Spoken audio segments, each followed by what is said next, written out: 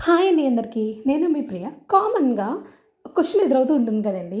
మనకి 6 years below కానీ, 8 years below కానీ పిల్లలు బాగా సన్నగా ఉంటే, వాళ్ళని తీసుకొని బయటికి వెళ్ళినప్పుడు కామన్‌గా పేరెంట్స్‌ని "ఏంటి మీ అబ్బాయి ఏమి తినడా? వాళ్ళదంతా నువ్వే తినేస్తున్నావా?" అనని మనల్ని అంటూ ఉంటారు కదండీ! కానీ వాళ్ళకి తెలియని విషయం ఏంటంటే 95% పిల్లలు బాగా ఇబ్బంది పెట్టేది తిండి దగ్గరే కదండీ! వాళ్ళు తింటానంటే మనకి ఏదైనా పెట్టడానికి ముచ్చటగా సరదాగానే ఉంటుంది కదండీ!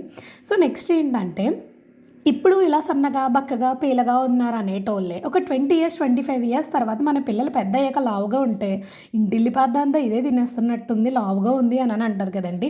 సో, అదే నోరు, అదే నాలుక ఎలాగైనా ఉంటుంది.